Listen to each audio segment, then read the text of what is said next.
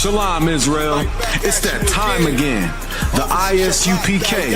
under Commanding General Yahanna presents the Lord's 57th Annual Passover. That's right, the Lord's 57th Annual Passover, April 4th, 2026 in Houston, Texas. All Black, Hispanics, and Native Americans are commanded to observe the Lord's Passover. This will be the biggest Passover to date. You do not want to miss this. Fresh lamb, fresh wine, and bitter herbs as commanded by the Most High. Only $200 per person ages 17 and up. The biggest event of the year. There is only one Passover, and it's under Commanding General Yahanna. See you there, Israel. Shalom.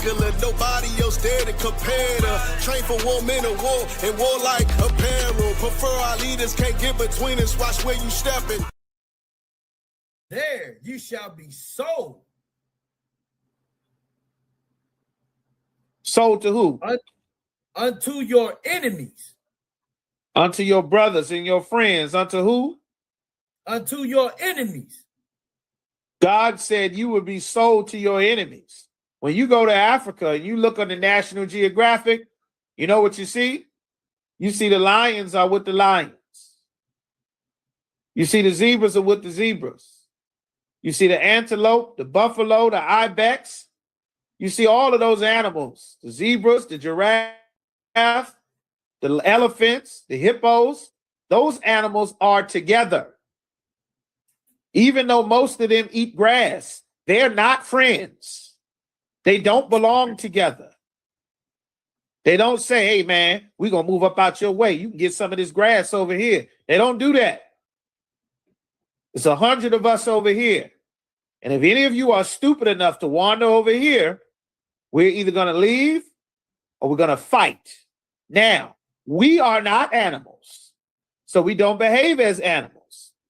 But there is a very important lesson that God put in life and in nature, that we are the only people that have not learned this lesson because we are in these garbage religions from the races of people who enslaved us. You understand? Pull this scripture. Keep reading, I.S.U.P.K. For bondmen and A bondwomen. A bondman is very important to say man and woman. There's a reason why it says men and women. Every time you see and, it's very important that there's a pause between both of them.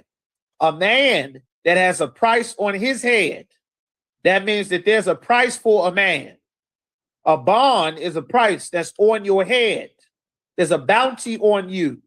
The bounty on you as a black man is not the same bounty that is on a black woman. There's a bounty on you, black man. For sure it is. There was a bounty on us in ancient Egypt. Pharaoh said to throw the firstborn into the river if it's a male child. That's right. There was a separate bounty on the women.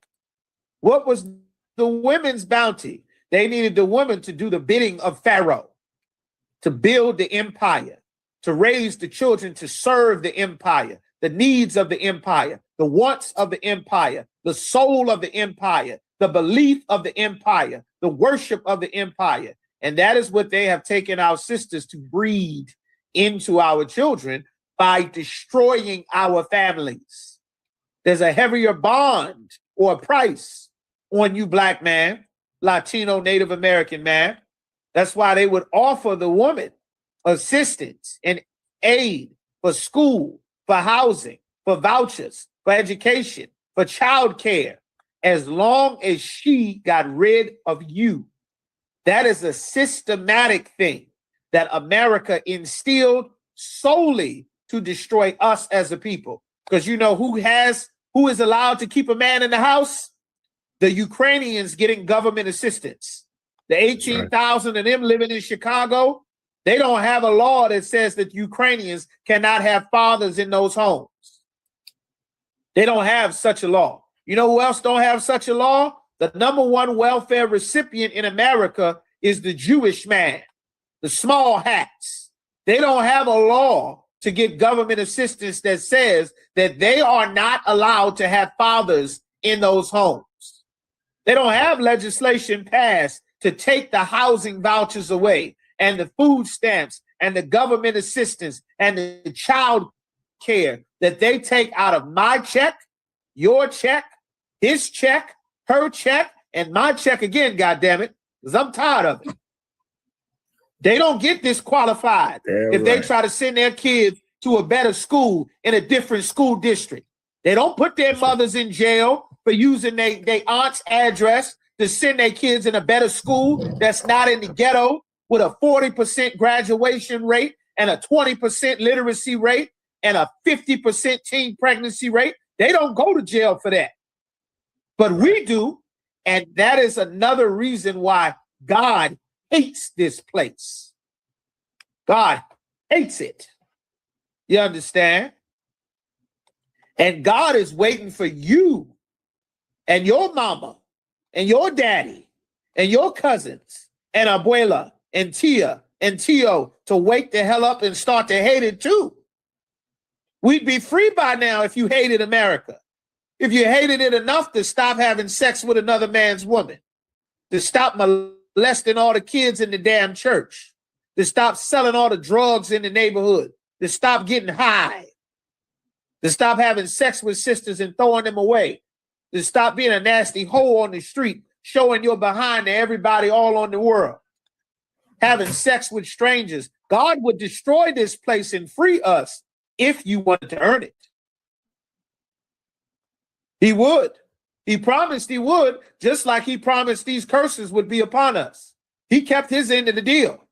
He kept his end to the T. He said we would go in slavery with ships, and damn it, we went in slavery with ships, and we are still here. And you know what else he said? That if you stealeth a man, and that man be found in his hands and be sold, that you would be put to death. And that still stands too. That's why God said his eyes are on the sinful kingdom, but he does not utterly want to destroy the house of Jacob. So the rest of our brothers and sisters got to get in line. They got to wake up. They got to get out of church and get out the mosque and stop trying to be Africans and Arabs. They got to come back and serve the Lord. You understand? Sister, any more on that? No, read that again. Read that last part again. A bondman, there's a price on a man. They want you on drugs if you are a black man. They want your masculinity gone. They want you in pink. They want you in tight pants. They want you naked on the internet. They want to grease you up like Diddy and show off your muscles all on the goddamn street, all on the TV, like a hoe, like a prostitute. They want you in your drawers so that they can slap your muscles and see how high you jump. While the damn Dallas Cowboys owner is sitting in the locker room talking about how big your rod is. That's what they want. God damn this place, man. God hates America. That's what this place is about. There's a bounty on you. They already figure that if you can't read well by the time you get out of elementary school, the suburbs on the outskirts of the following towns over are planning for a new jail so they can fill it with you, black man, because there's a price on you. They know if you start rapping, chances are you're going to die. That's why the Arab record label owner and the Jewish record label owner put a life insurance policy in your rap contract, because he know you're going to die, because there's a bounty on you. But there's another price on you, sister. There's a bounty on you too, that they need to separate you from the black man, from the Latino and the Native American man. They need to separate your brain from believing that you need a man, that you need a husband, that father of those children, you're supposed to be with them. There's a bounty on your brain. There's a bounty on your body. There's a bounty on your eggs. There's a bounty on your murdered, aborted fetuses. Just came out on the radio show. the rich, super, ultra, mega Jewish rich white man saying he want to buy your genetics for your curves, for your hips, for your lips, for your skin.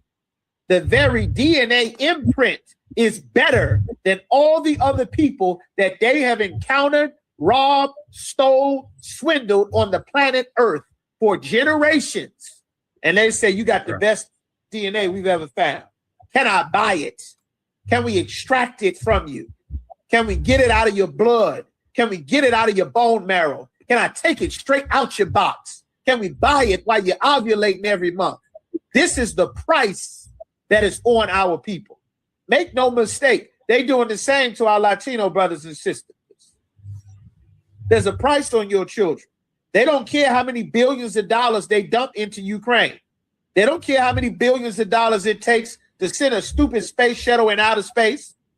They don't care how much money it takes to send. It costs, how much did you say, Yagadar, to send the ICE agents across the country every day? What's the bill? So like 225 million a day out of one. America don't give a damn about no money.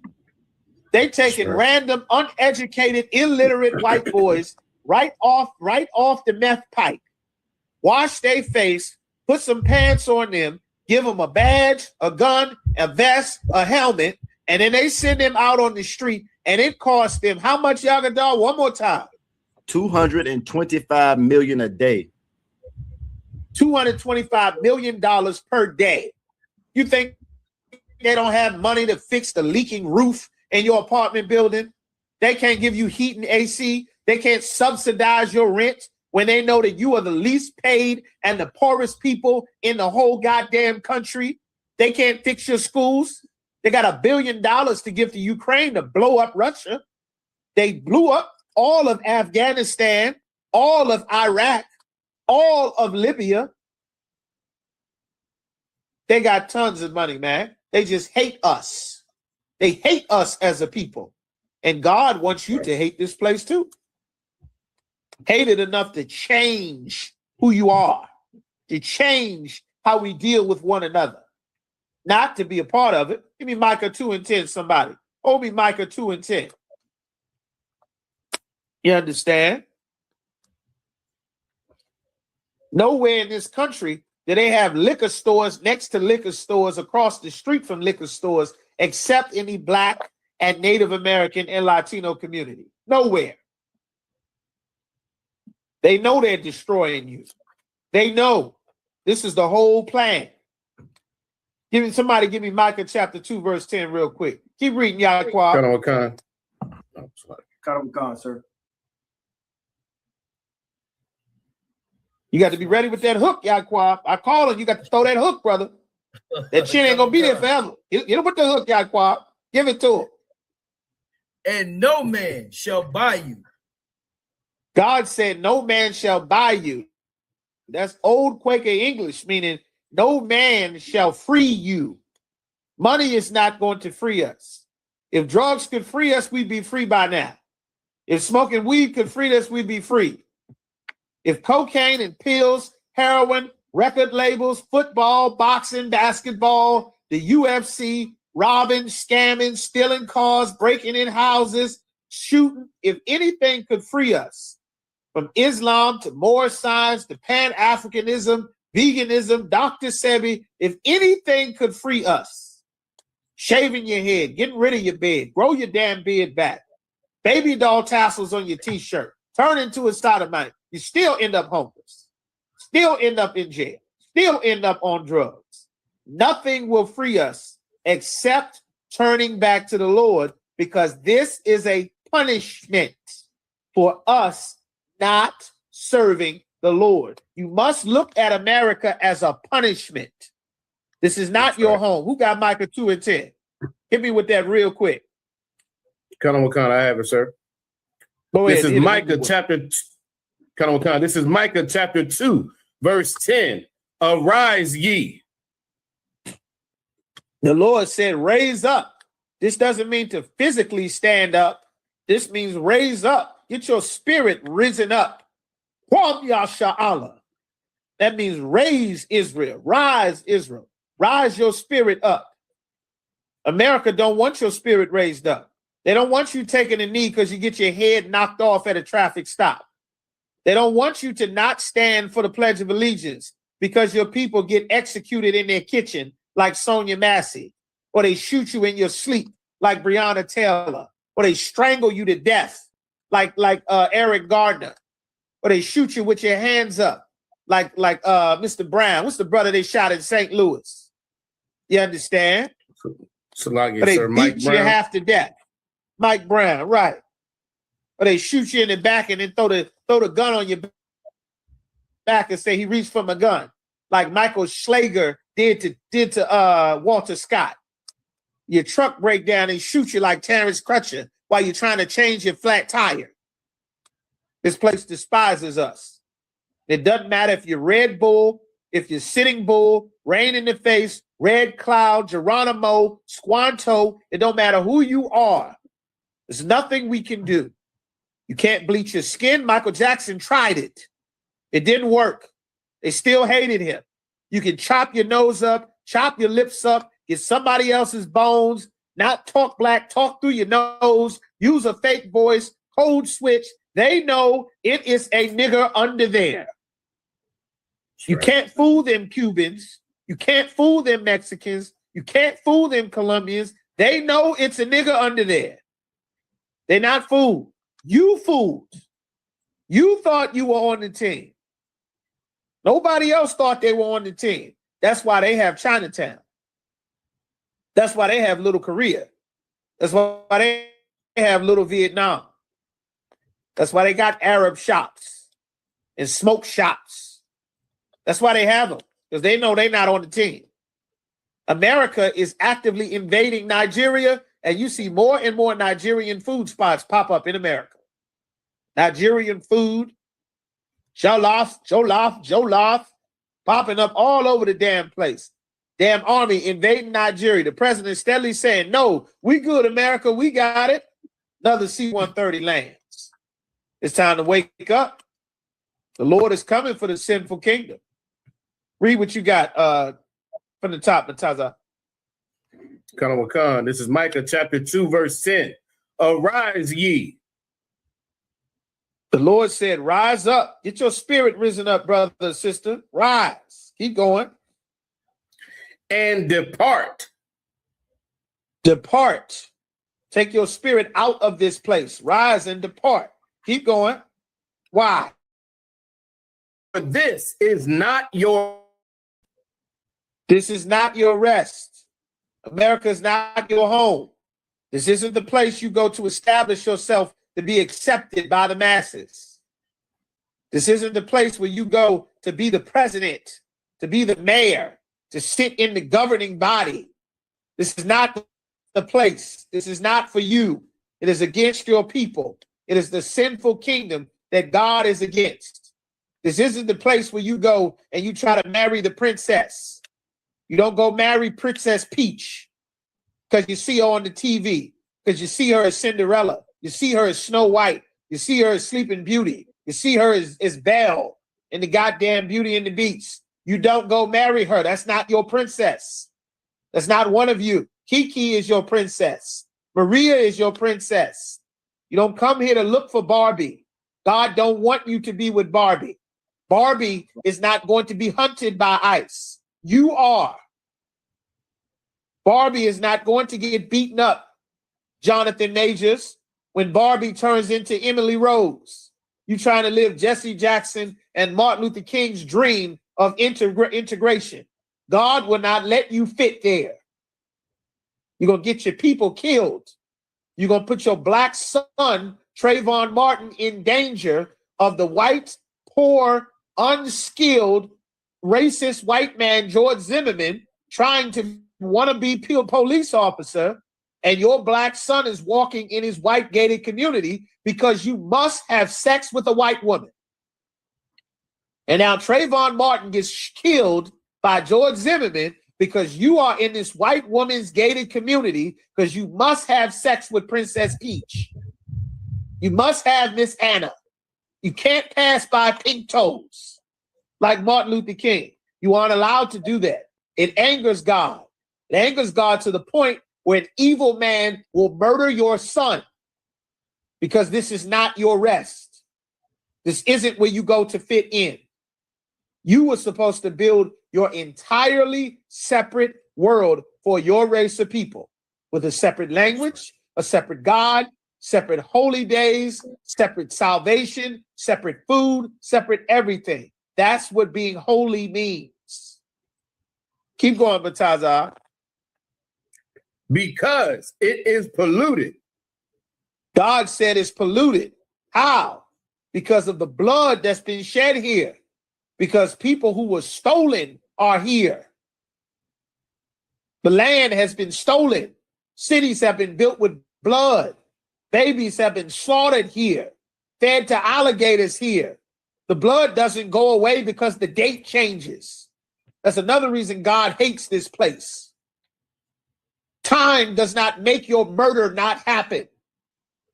You can't erase genocide because the date changes. That's what the oppressor thinks. He can murder everybody, and then time goes on and rewrite the goddamn book till you're the hero. Keep going. Any more on that? Wakan, sir. It shall destroy you. It shall destroy you. And us trying to fit in this place has destroyed us. It's destroyed us. I'm going to come to your question in just a second, Ryan. Give me Jeremiah chapter 2 and verse 14. Somebody give me Jeremiah 2 and 14. The Lord got something to say about this place. Is it 14 or 33? No, 14. Perfect. I got it, Jeremiah. Whoever get it first. Go ahead, Uriah. Jeremiah chapter 2, verse 14. Is Israel Start at 13. a servant? Salaki. Start 13. Salaki. Verse 13. God said it. Yeah, give me 13 first. For my people have Damn. committed two evils. God said my people have done evil on top of evil. This is why God said this place will destroy us. Evil on top of evil. What evil has been done? Keep going. They have forsaken me, the fountain of living waters. We forsook the Most High. We looking to Africa trying to learn something. They eating stuff that fall out of damn tree. Seen the Hamites on Facebook eating food that look just like them. They looking like they were just set on fire and drugged through the mud. They chewing on a piece of something that looked like it was set on fire and drugged through the mud. And they chewing it sideways, looking all rabid and full of rabies. We looking to Africans to learn about spirituality. The Egyptian empire folded. They speak in Arabic in Egypt right now. You still trying to pretend to be an Egyptian. They raiding the tombs, running through the graveyard, stealing all the gold, all the Jews, the whole damn casket of the Egyptians, and you looking to Egypt for spirituality. The Lord said, my people have committed two evils. Keep going. And hewed them out cisterns. And we cut out cistern, something to give us some other type of water, some other type of knowledge. All kind of silly stuff. Keep going. Broken cisterns. Broken. Something that does not work. It's broken. It doesn't work. You listening to Miss Cleo flipping over goddamn Pokemon cards, trying to play spades to figure out what's going to happen next in your life. She got a big pack of spades cards. The diamond of spades. The diamond, you understand? The goddamn queen of diamonds. Look like you going to hit the lottery, girl. You getting scammed, dummy. Oh, let me get these crystals. You know, the crystals bring good luck. Nigga, if you don't stop eating that food, you're going to die. And no amount of crystal is going to change that. Go see the doctor. The crystal is not going to make your feet stop hurting. The crystal is not going to help you. You got asthma. Go see the goddamn doctor. Burning sage is not going to ward off the evil spirits. If you do everything that God hates, you understand? Sage is not going to help you. Lauren London and Nipsey Hussle burned sage in that house every time they left. Guess what happened? Nipsey Hussle ass went to work and got killed. The damn sage doesn't work. You understand? It don't work. You go into Islam. You're in Islam. You're in the temple. You're learning Islam. Guess what happened? All the Muslims in your neighborhood selling drugs. Before they were Christian. The next time they got out of jail, now they Muslims. The drugs is still there.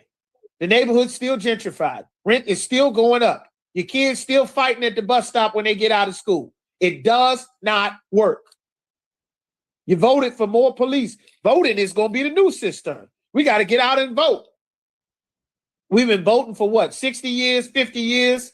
Guess what happened in those 50 years? We got heroin, we got crack, we got cocaine, we got all the military guns after each war, from the Tech 9 to the Mac 10 to the M1, the 30 carbine, all the old police revolvers, all the Mac 11, all the same guns that they used in the war found its way into the middle of your neighborhood.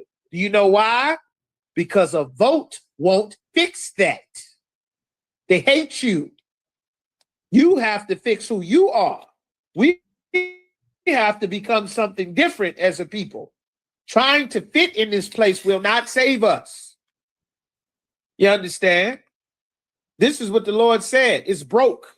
It doesn't work. Islam don't stop the white man from bombing the Arabs. Islam did not save Muammar Gaddafi. It did not save all the people the Taliban murdered. It isn't saving anybody in Nigeria. It isn't saving anybody in Sudan. It isn't saving anybody in Somalia. It's not saving the babies getting molested in Afghanistan. It doesn't save the dancing boys of Afghanistan. It doesn't help anybody. It didn't stop Muhammad from molesting Aisha. It didn't stop him from molesting Muhammad al-Bin Salam, the little boy who he called a virgin pearl. It doesn't stop anything. It's not real. It's broken. Church doesn't work. You go to church every day. You come home and life is worse. Your kids hate you. Your family hates you. Your woman leaves you. Your man leaves you. You're raising the kids by yourself. It doesn't work. It's broken. All of it has failed. All of it. You're a sovereign citizen. And guess what happens, sovereign citizen? You don't pay your taxes. You don't get your driver's license. You don't consent. Guess what happens? You with your sovereign self is in jail next to the Muslim, next to the Pan-African, next to the Christian, next to the fake Israelite after he just killed his tranny prostitute. You're all in jail together. You know why? Because it's broken and it doesn't work. We've been doing this nonsense since the days of Jeremiah, and it does not work. Give me verse 11, please. Sir. Jeremiah chapter 2, verse 11. Have a nation changed their gods, which are yet even though no these gods have a nation changed their gods? Come on. That's a question. Did they change their gods? Did the Arabs stop being Muslim? No. Even though they've been getting bombed by the white man and robbed and all of their gold and oil stolen, they still Muslims. The East Indians was dying during COVID. They were throwing the bodies outside the hospital. That's right. I go check out Captain Abdul Shah's class out there in Virginia. The captain in Virginia. Oh, good night. The thing just fell off as I maneuvered it. Salaki, y'all go check out Captain Abdul Shah's class. You understand? Go check his class out. Go ahead, clap it up. All right, go ahead, clap it up. Most High Christ. All right. This is preaching. I am preaching officer of 5,000 Malak here in Kansas City, and we are teaching the Wednesday night law class. Most High Christ, General, damn right. Shalom, General. How you doing, Adawan? Salakia. If you see in the chat, you sign in. If you're a young brother or sister trying to earn your name, your Hebrew name, sign in. There's a sign-in form, a sign-in link that's required for you to sign in. You understand? Also, here in about 2 seconds, you'll see the links to the Passover links, right? Passover is coming up April 4th. Make sure y'all pay your Passover fee. Pay your Passover fee. Tonight's class is going to be about the Epstein files. How the salt, who is the salt of the earth? What is the salt of the earth? That breakdown gets misconstrued throughout the years. You hear fake Israelites and Christians use salt of the earth to mean something that it does not mean in the Bible. And we're going to break it down tonight. What the salt of the earth is, who are the salt of the earth, and what is their impact on the Epstein files. We're going to go over that tonight. Everyone understand? Here are the links. I'm sharing the links now in the comments section for the Passover. The Passover is coming up April 4th. Make sure you pay your Passover fee. All right, pay that Passover fee, $200 per person. Everyone over 17 years old should be paying $200. Everyone understand? $200. We have a horseback ride. We have the lamb slaughter. You have the all-black party, General Mahaiman's class. You understand? The Lord's Passover, April 4th, April 5th. At sundown, we will have the Feast of Unleavened Bread. It's a week full of events and full of brotherhood and sisterhood. That is April 4th, all right, the week of April 4th. And I'm sharing that in there now. If anyone has any questions, please put your questions in the comments section. Shalom to the sister Bashamav. Yahweh Shema Alafah Bashami Oshah, sis. Who else do we have in here checking in? Let's see. Who else do we have? Okay, we got a few, trolls in there, but no sweat. Y'all, the trolls keep coming. But if you have any questions, any comments, put them in the comments section, all right? Give me 1 second. All right, I'm sharing this in here now. I'm sharing the Passover itinerary in here now. There we go. And like I've said before, at the beginning of this class, when we start class, I always each week will highlight a class around the nation, around the schools, right? The last few weeks has been DC, right? Captain Mashak, Officer Kazak Ahmad, Captain Adazak Nashah, right? That way we support, that way everyone that's watching, all the followers we have on our page that are watching our page will also be inclined to watch the other schools' pages, right? Because music, for some reason, YouTube does not like you playing more than 30 seconds of anyone else's music. They will ban the goddamn shut everything down.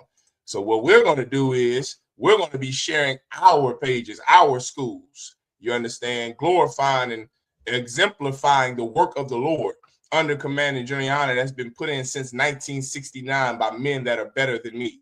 We're going to do that every week. All right. All the links are now in the comments section. I got to do it on Facebook as well. But while I'm doing this, remember, if you have any questions, ask questions. We got a sister that just checked in. All right. Give me 1 second. Shalom, sis. Who was that? Sister Nichelle Taylor. Most High Christ, Omaha. I remember this sister right here in Omaha, Nebraska. Shalom, sis. Yahweh Shema Tabashim Yahweh Shah.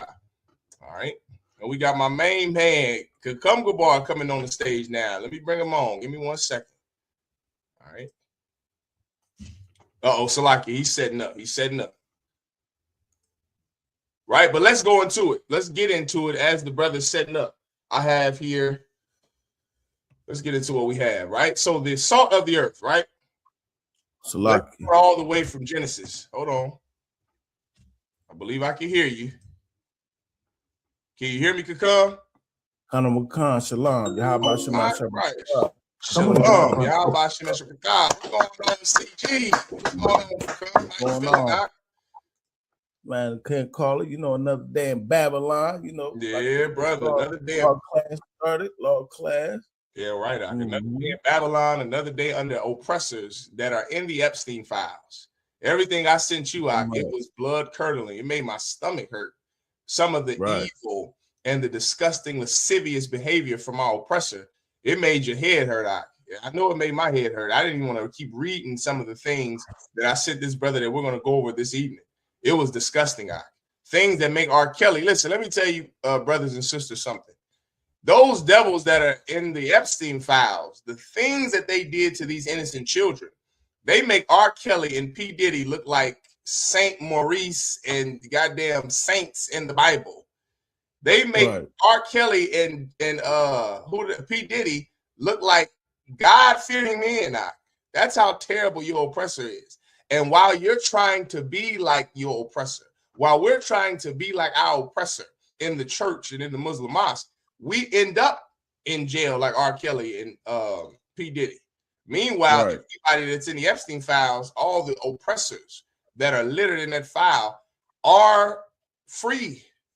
They're with their families, they're with their children, they're able to live freely after they raped children, 8 children, unalived children, ruined families, aborted babies, stole organs, stole children, kidnapped, trafficked innocent children. They're living their best life. Living their best life. You should stop being like your oppressor. We're going to go into that tonight because this is who the salt of the earth really is. We're going to break it all down tonight, Kakam. Let's get it. Do you have the scriptures I sent you, Kakam? Come. Okay, Baba Kushah. Let's start me with the first scripture I sent you. I don't see any questions in the comment section, so let's go straight into our topic. Before you get the scripture, give me the give me the article I sent you out. Please, please, please. I believe it's the one about Michael Jackson or something. No. Give me this. It's a link that I sent you on Instagram about the dentist office. Remember, 3 weeks ago, we were in this class breaking down the pictures. And in the Epstein files, just for everyone that doesn't know, please don't research this. I mean, I can't tell you what not to do, but it wouldn't be wise, in my professional opinion, it wouldn't be wise for brothers or sisters to try to look this stuff up. I wouldn't want this on my phone's history. I'm only looking at things that white people have researched that are trying to be down for the cause. We're going to go over that tonight too briefly. These white people who are so our oppressor that are all over social media that are enraged with the Epstein files. We're going to go over if they're sincere or not. And we're going to tell white people how white people can absolutely be sincere about helping the innocent children and the victims of Donald Trump and the Epstein files. We're going to go over that tonight. But first, give me the Instagram clip I sent you. It's a link I posted in there, and under it, I said, now I see what those dental chairs were used for. I want you to see, I want you to play that for the class. All right. Khan. Whenever you're ready. It's loaded. Fair use, right? We got to say fair use. Fair use. We're using this for education and entertainment purposes. Yeah, right.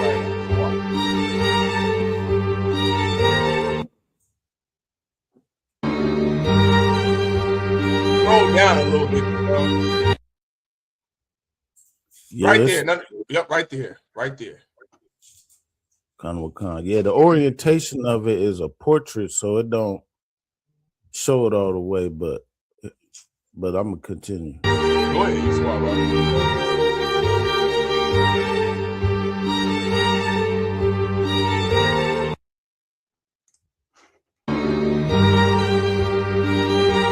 I just want people to see this.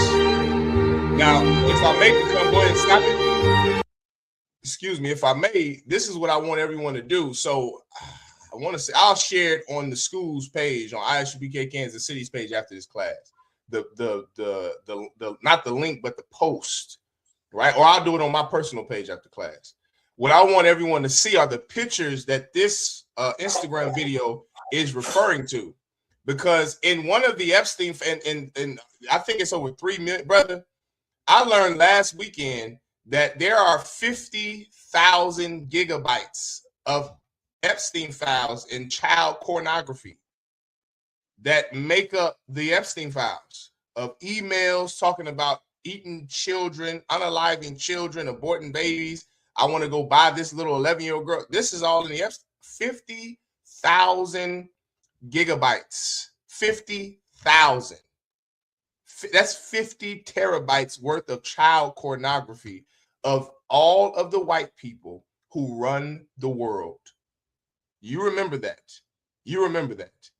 In one of the files, there were pictures of a chair, of it looks like it's a dental chair. It's a dentist chair, right?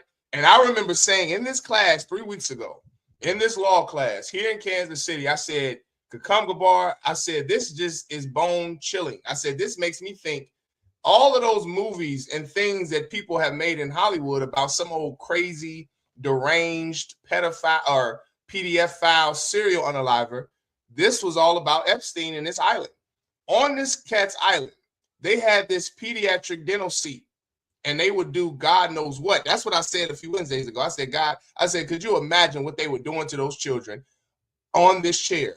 Brother, play the video. This is what they were doing to children on this chair. It came out this week in the Epstein files. This is what Donald Trump, all of his friends, all of the wealthy, rich aristocrats, whites who run this world, this is what they were doing to children on this dental chair.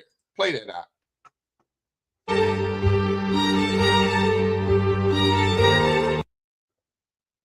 Play it again.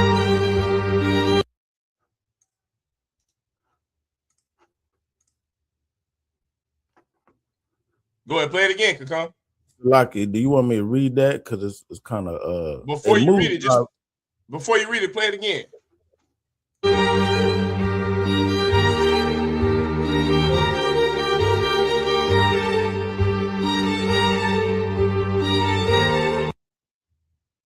Now read what you got out. It says, so this is an email to someone named Karina Shuliak on Monday. I can't really see that. In 2017, it says, hi, the tooth parcel has arrived USA and you will receive them soon. Further, in order to avoid loss of teeth due to postal inspection, we have attached all teeth to a cardboard with Fevicol -it. It will look like a beautiful picture. Remove all teeth. What did they say to do to the children? Say that again. Remove all teeth. Do it. Say it again. Remove all teeth. Brother, let me explain to you what these sick bastards were doing to these children on Epstein Island. They were removing their teeth so they didn't bite their penises. That's what they were doing. I'm sorry to get graphic, but this is the white man we're talking about. And his life has been graphic to us. Brother, there's a book I have called Medical Apartheid. Shout out to Captain Mashak Mayum, who, years ago at camp in D.C., he brought this book out called Medical Apartheid. No one listened to Captain Mashak did. General Hyman years ago brought out the Delectable Negro. No one listened to the I.S.U.P.K. then. We were telling you since 69, we've been telling white people and blacks, Latinos, and Native Indians what the white man has done to us, has done to the Gadites, the Arapaho, the Chickasaw, the Choctaw, the Cherokee, what Andrew Jackson did to them. We've been telling you for years the criminal that rules over you, the sick bastard that rules over you. We've been teaching you this since 69. Now when white girls, it happens to them, everybody believes us now. We've been telling you it's been happening to black girls and Hispanic and Native Indian girls for centuries. No one said anything. No one had any kind of hearing in the congressional office, any congressional hearings in DC when it happened to us. But it happens to the people who have the complexion it happens to people who really matters, people who really matter, whose lives actually matter. But when it's happened to us, it's in books. It's documented in the Smithsonian Museum. It's at the Vatican. It's in their records, what they've done to us. No one said anything. Now do you believe us? Now do you believe us when we tell you that the white man is the devil the Bible speaks of? They had the children's teeth removed so that they could perform fellatio on these white men, children, babies.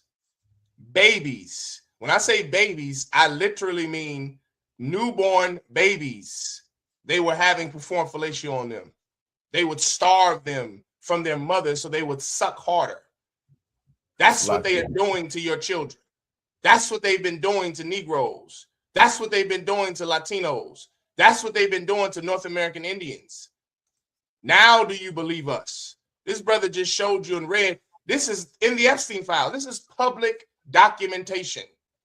If you wanted, you could go on and look this up yourself. You could see the images of all of these pediatric dental chairs. And I just said to myself, I just know this is not what they were doing. Brother, you can never put anything past your enemy.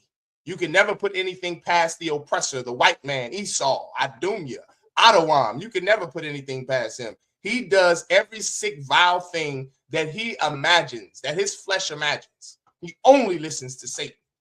He is the devil. And this is who rules over us.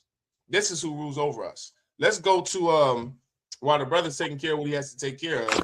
I have another video. Now, this one you'll be able to see good. Viewer discretion is advised. All right, viewer discretion is advised. Gabar, you back with us?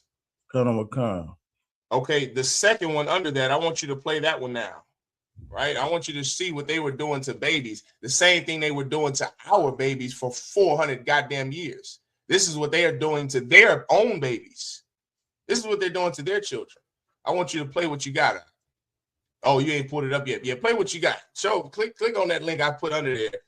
It's a rough one, Noggin. And after this, we'll go into the scriptures. We'll start breaking everything down and put it all together so it can make sense to our people.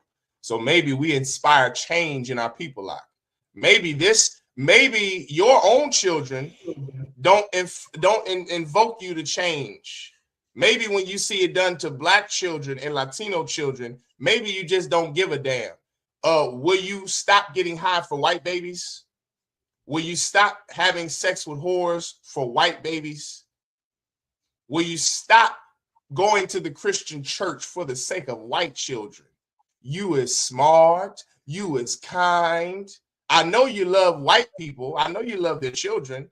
You didn't stop crack for your children. You didn't stop having sex with whores for your children. Maybe you will stop sinning for the sake of little white innocent children. Maybe that will invoke our people to change, could come, because if this don't impress you, if this doesn't make you change, if this doesn't influence you to change your life, then brother, I don't know what will. Show me what you have. Fair use. This one I can't even look at. I cannot even look at this one. I will vomit if I look at this here. Go ahead, play it, Kakam. I'm just not gonna look at it now. That shit, that's like, like this here.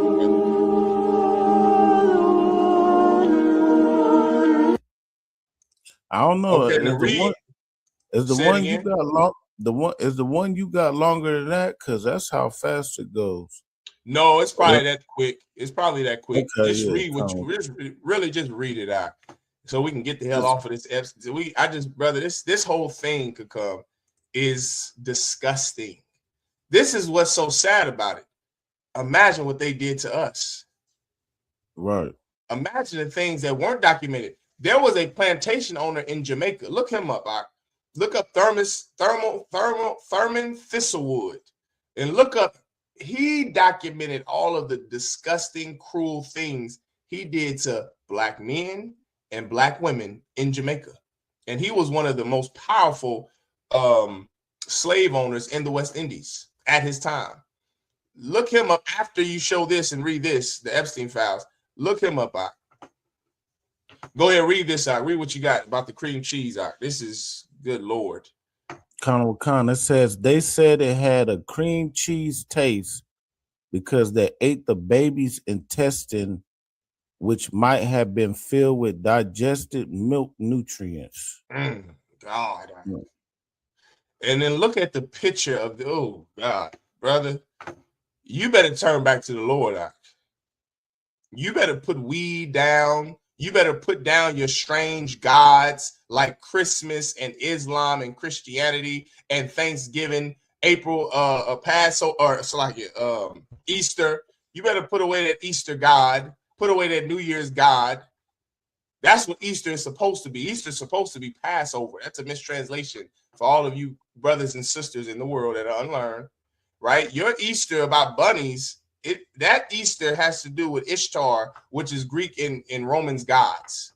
It has nothing to do with fertility goddess. It has nothing to do with what's in the Bible. Passover, which is about Blacks, Hispanics, Native Indians being set free from the Egyptians, from our God. You have taken on strange gods, and it has infuriated and angered the Lord to the point that the Lord put people like this over us, all because you won't stop getting high. They're eating in the picture the baby's intestines, and they said it had a cream cheese taste. My God. Because it was filled with digested milk, breast milk from the mothers. And this is who Dr. King wanted us to love. Brother, if Epstein was alive during the days of John F. Kennedy and those Kennedy boys, the Kennedys would have been in the Epstein files. For all of you Negroes who love JFK and Dr. King, Dr. King would have for sure been in the Epstein files. Dr. King would have been having more sex with them kids than a little bit. Jesse Jackson, too, he just died. Jesse Jackson, brother, if Epstein was around 80 or 60 years ago, JFK would have been in all the Kennedys, Robert, John, Jackie, Jacqueline, all of them, the girls too. They would have been in the Epstein files, because these people that the Lord have over us, brother, these are beasts and animals. They're animals with no morals, no morals. Tonight we're teaching you where morals actually come from. You're going to be shocked at the revelation of where morals come from. Because clearly the people who rule over us don't have morals. They don't know what that is. They don't know what kindness is. They don't know what it means to have to have sympathy. They don't know what it means to just have integrity and to not do something based on what God said. They don't have that, but somebody does. And we're going to go over who those people are. They were eating these children, literally, like something out of a Hannibal Lecter movie. And also, to this same point, Kakam, what we just went over last week for everyone that's joining us this week, not only did they eat these children, before they ate these babies, and when I say babies, I mean 5-month-old, 6-month-old, 11-month-old children, babies, they would have those babies perform fellatio on them. Right. Does everyone understand what I just said? They would starve the baby before they would have their, act on them, so the baby could suck harder. And then after they were done with this baby, just like a piece of trash, they would unalive it and then eat its intestines. Brother, you better get the hell off of drugs, Ak. Right. You better, you women, you sisters better stop being whores and leaving these brothers. You better stop. You better come into the I.S.U.P.K. You better be there at Passover, and you better pay your Passover fee. Because I don't know how much longer you want this to be over you. I don't know how. I don't even know what the hell you're doing. This would make me get off of a white woman if I was in the world. I would be looking at this class and say, I got to get the hell out of here, woman. Natalie, I got to get out of here, Karen. I can't be with you no more. I don't want Epstein to rule over me anymore. And all of the people that are in the files. Those are all the white men who rule over. They're your lawyers, your school teachers, your judges, your priests. Everybody is in these files. Everybody. Celebrities, right. Movie stars, everyone that rules the world here and the British Crown are all in these Epstein files, including those Arabs. Then we just talk about this during the Stop the Child Molestation. This is a part of their culture. What in the hell do you want them to do? This is what we can do. We can obey our God. Give me that. Give me Deuteronomy chapter. Give me Leviticus first. Go to Leviticus 18:3 first. Shalom, mighty man. Yahweh Shem Shabbat. What's going on, soldier? How you feeling? Now, you got any questions you ask, all right? To the young man. Go ahead. Give me Leviticus chapter 18, verse 3 first. Could come, Baba Kushah. Khan, this is the book of Leviticus, chapter 18 and verse 3. After the doings of the land of Egypt, wherein ye dwelt, shall ye not do. And after the doings of the land of Canaan, whither I bring you, shall ye not do. Neither shall ye walk in their ordinances. Listen, the Bible, this is God telling the children of Israel, so-called blacks, us, our people, so-called Negroes, Latinos, Native Indians. If you could, give me Thermal Thistlewood. Give me the Jamaican plantation owner. Give me him as well. Like, hold that Jamaican plantation owner, but pull it up, right? The Bible in Leviticus, the 18th chapter, verse 3 says, after the doings of the land of Egypt, what did the Egyptians do? The exact same thing the white man does. The Egyptians were the precursor to the Greeks. Where do you think the Greeks got that LGBTQ lifestyle from? They got it from the Egyptians. Mitzrayim. That's who they got it from. The house of bondage. That's who they got it from. They got it from those Africans that you want to go back to be like, that you praise and worship so much. That's where the Greeks and then the Romans got their lascivious, sinful, nasty, immoral behavior from. They got it from the Egyptians. God does not want us to be anything like the Egyptians, which is why he gave us his laws. That's important to remember in this breakdown. God gave who his laws? Psalms 119 is it Psalm 149? Psalms 149, verse 19 and 20. He showeth his word unto Jacob. He gave blacks, Hispanics, and Native Indians his law, statutes, and commandments. That's who he gave his law to, his rules to, his ordinance to. He gave it to us. That's who he gave it to, blacks, Hispanics, and Native Indians. Listen, now, he didn't give it to the Greeks. He didn't give it to the Egyptians. He didn't give it to the Romans. Why is that? That's the question you need to ask. Why is that? Why didn't the Lord give that to other people? Why did he give it to one race of people, but not everyone else? Surely the Lord was fed up with the sin of the earth. That's in the Bible. Surely the Lord didn't want you to eat babies and to have babies' teeth taken out so they could suck harder. Surely he didn't want that. He did give his law to a group of people, to a race of people. Why? Why did the Lord do that? Why did he give his law to blacks, Hispanics, and Native Indians? So we can be the light to the Gentiles. Give the brother a hand so that we could rule the earth. We're supposed to be in rulership. I don't know if blacks and Latinos know that or not. You're not supposed to be picking cotton or cutting Donald Trump's grass. You're not supposed to be, some peasant working for your oppressor. The oppressor is supposed to be some peasant working for you.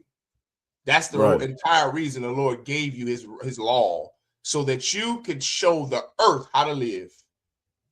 But instead of that, what did we do? We wanted to walk, to go back to Egypt. That's what we wanted. We wanted to go be like the Egyptians. We want to be like Epstein. That's why you get R. Kelly and T.D. Jakes, Creflo Dollar, and P. Diddy. Because you have a race of people who, instead of wanting to be righteous, to be the salt of the earth, you know what you have become?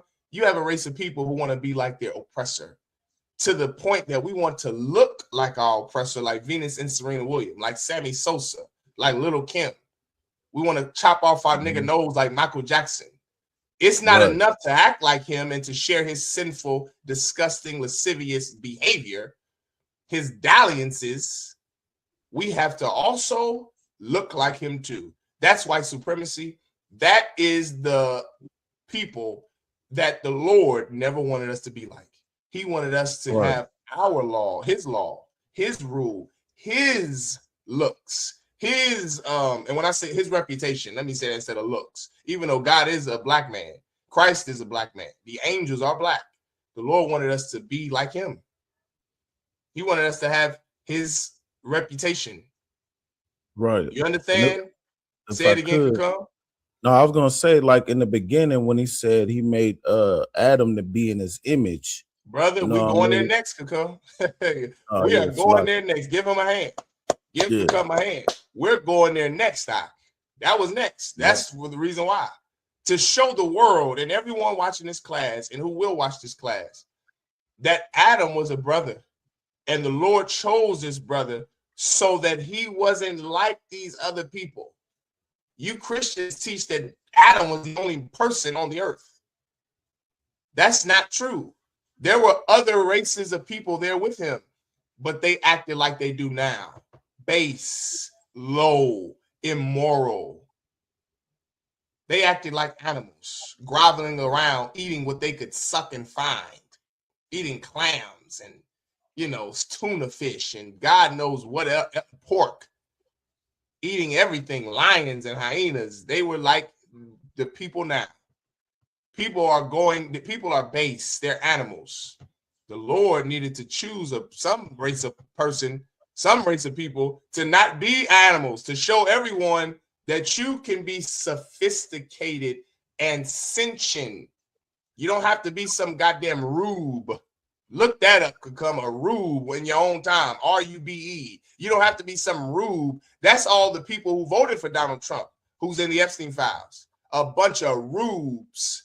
The Lord didn't want mankind to be rubes or pagan, which is what a rube is, some pagan. He didn't want that. He wanted us to be sophisticated, to rule over life, to rule over animals and the trees. Give me that in the Bible. I go to Genesis chapter 2, verse 7, Bible Kushai. The Lord gave us something to make us different than everybody else. Salakia. In fact, Salakia, before you go there, give me Matthew. Go to Matthew 5:15. Give me the salt of the earth, Bible Kushai. This is what's necessary right now. Give me salt of the earth. And then go to Genesis 2:7, all right? Matthew chapter 5, verse 14. It says, ye are the light of the world. A city that is set on a hill cannot be hid. Verse 15. This is written in, if I make it come, this is written in red, which means Christ said this. And at this time, he's on the Mount of Olives. He's teaching his people. I think it's the Mount of Olives could come. And he's having a class. He's at camp teaching his people what? The lessons that we didn't learn in the church. We learned that we're all equal.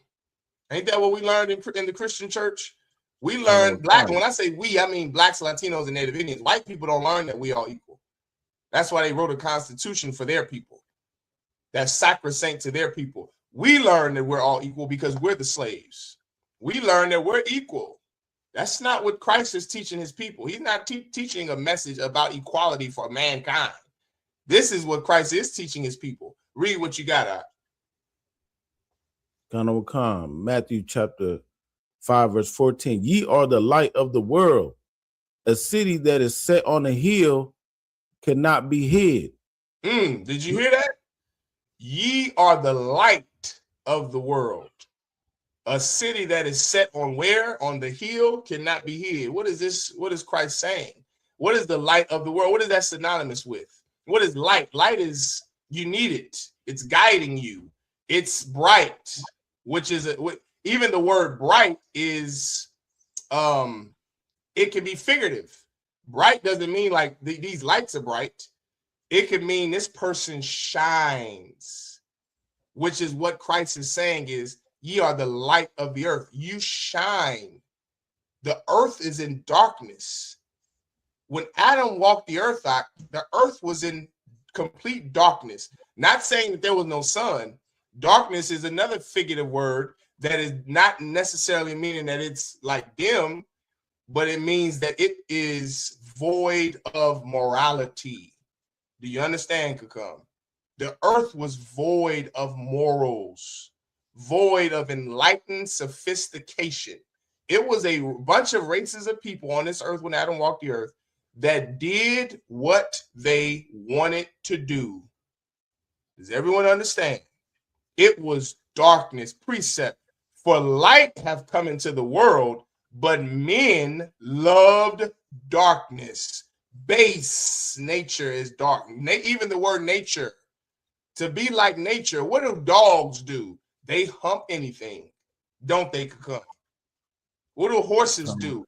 Horses will kill their own child just to put the woman, just to put the mare in heat so he could have sex with her again and again. What do deers do in the wild? A buck will have sex with a doe so much that he could puncture a hole in her stomach. That's nature. No one stops it from happening. Why? Because it's natural. That's what man did before the laws of God.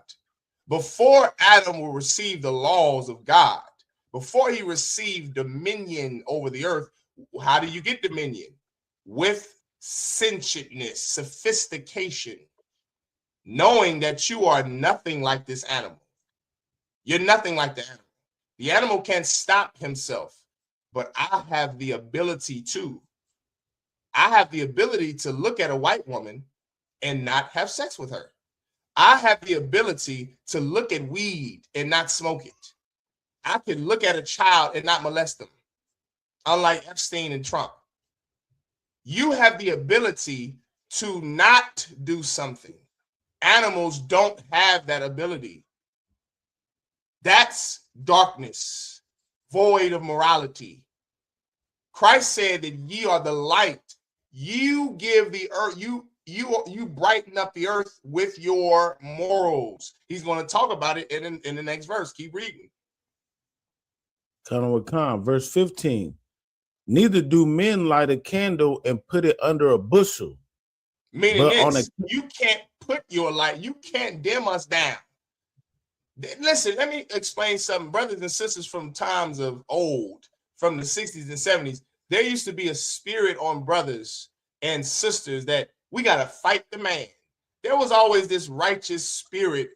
There's always been a righteous spirit on blacks, Hispanics, and Native Indians. Excuse me. The fighting oppression. Look at the Haitian Revolution. Fighting oppression. We got to stick it to the man. Hey, brother, on the black hand side, that's what DAP, discipline and pride. DAP is Black Vietnam veteran invention. There's a black history fact for y'all. It stands for discipline and pride. They used to have some old code that they would dap each other up during the Vietnam War to keep each other safe. That's righteousness. That's light. You understand? Being righteous. Looking at a woman and not forcing her to lie with you. That's black and Hispanic. What do other races of people do? Other nations, it is a part of their culture to grape women and girls. Am I making this up? Could come Gabar, tell them, please. We taught a whole series with Jeremiah Hyman about this topic. It is a part of other races of people's culture to have lascivious sex. It's not like even Aisha and Muhammad. That isn't looked at as wrong in their culture because they're animals. They're animals. Right. Police it's like they don't have the power. Salaki, go ahead, come. No, Salaki, not to interrupt, Salaki, you know, it was Captain Katazai, he coined the term Muhammad, police be upon him. You know, I think that's police be upon him. Yeah, listen, you know why Captain Katazai said that? Because he is the light of the world. Right. He is the chosen people of God. That's why. Because Captain Katazai is a Parium. He's an Ephraimite, a so-called Puerto Rican. And the Puerto Ricans, like Bad Bunny, are the chosen people of God. Captain Asher Parium, chosen people of God. Our morality comes from the Bible, which is where morals come from. There are no morals. There was a famous philosopher by the name of St. Thomas Aquinas. I have one of his books. Give me 1 second.